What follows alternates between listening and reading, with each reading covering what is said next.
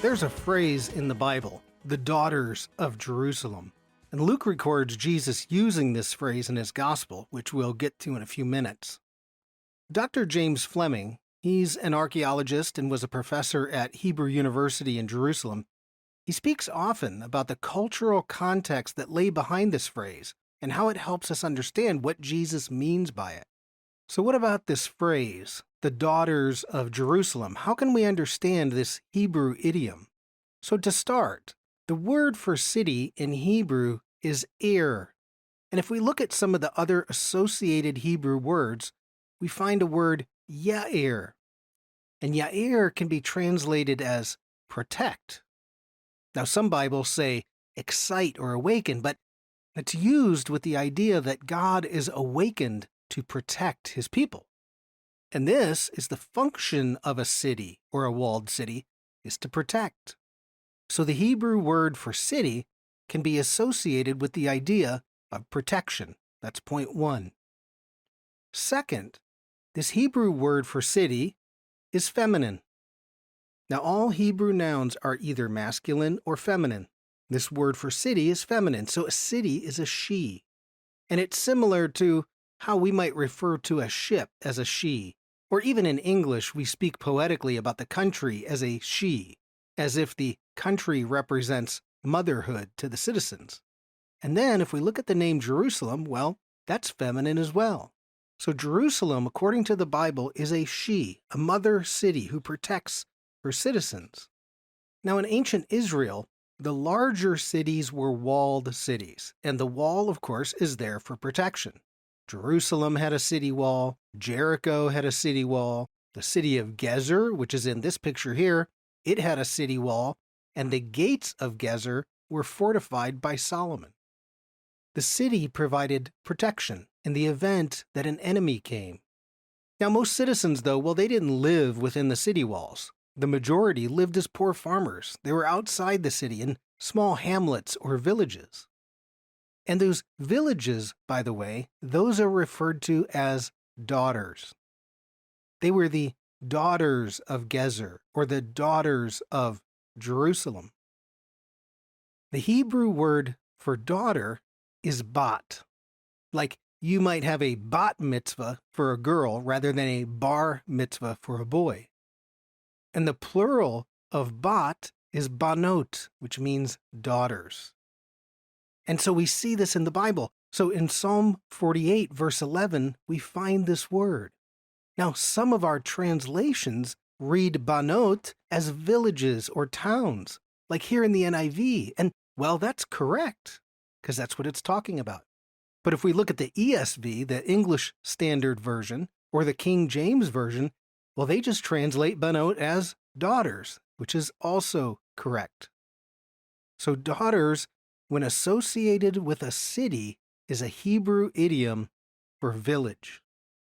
So when the enemy showed up, like King Nebuchadnezzar laying siege to Jerusalem, it was the daughters of Jerusalem who suffered the worst because they had no protection at all. And this actually becomes one of the pictures of justice in the Bible. So the king, of course, well, he lived in a walled city, and the city was really the only place equipped to store grain and water in the event of a famine or a war. And so the poor farmers that lived out in the daughter villages, well, they would pay their taxes of grain to the king to be stored in the city. And the question is the king going to be a good king or a bad king? Because in the event of a war and an advancing army, those in the daughter cities had to flee to the mother city. This is the only place they're going to find protection and food and water. But you can imagine, the people who already lived in that city, and that includes the king himself, well, they might start to get anxious. What if our food runs out? What if our water runs out? What if we let those people inside the city and it's just another mouth to feed? So it's the king's responsibility to ensure justice, to ensure that the poor, the weak, those who have paid their taxes to the city, that they're allowed in so they can receive protection and have the food and water that they need. A good king maintains justice. A bad king is selfish and self-serving and takes advantage of the poor and the weak. Unfortunately, most of the kings in the Bible fell into that category of bad king. Now that we have a picture of the idea of city and the protection it provides and the daughters, those villages outside the city, let's move to Jesus and what he says. So it's in Luke 23. It's when Jesus is being led out of the city for his crucifixion. Now, the crucifixion site, scholars generally agree it's where the Church of the Holy Sepulchre is today. And that crucifixion site in Jesus' day was outside the city. Now, obviously, this is different from today, and Jerusalem has more modern walls. So if you've traveled to Jerusalem, then you know that that church is actually now inside the city walls. And there actually was, in the first century, there was a third wall that was eventually built, but that's not until after Jesus' death. The reason I bring this up is because I want to make sure, if you're looking at a map, that you understand that if you see a wall that's further out than the crucifixion site, that wall didn't actually exist in the time of Jesus. You would never put someone to death inside your city walls and bring a curse upon the city. So Jesus, as he exits the city walls, he's now among the daughters of Jerusalem.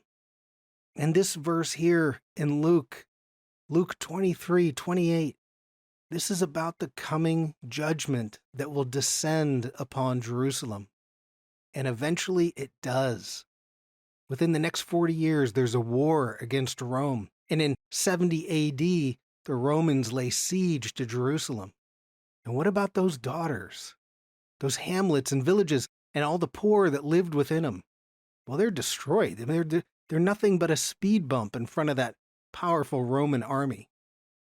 Now, we have to realize here that what Jesus is saying, it's a multi-layered statement. So is Jesus addressing the villages? Well, of course, that's how people would have understood that statement, that daughters of Jerusalem, as an idiom. But he's also talking to the people outside, the people who are just right there outside the city wall. So in the Bible, the word for city or villages, well, it can also refer to the people who reside in them, like when the Bible says that a city is proud. Well, obviously, it doesn't refer to the city itself, it refers to those who live in the city. So Jesus is talking about both villages and those who live in the daughter villages that are just outside that city wall. The judgment is coming for Jerusalem, Jesus is saying, and you are in the path. And you're going to wish that you did not have children and that the mountains would just fall on you. And that's exactly what happened when Rome showed up. So the word for city in Hebrew, Ir, is feminine, and it's associated with the idea of protection. And the small villages surrounding the larger city, they're the daughters. O daughters of Jerusalem, the judgment is coming. And we also have to remember that it's the function of the king to allow the poor and the weak into the city for protection. And this is so important to understand, because when we get to the book of Revelation and the new Jerusalem is descending from heaven, it's going to be illuminated by the glory of God and the Lamb, and the gates, the text says, will not be closed. Not only do we serve a good king, but in heaven there's no enemy to be afraid of. The gates will never have to be closed.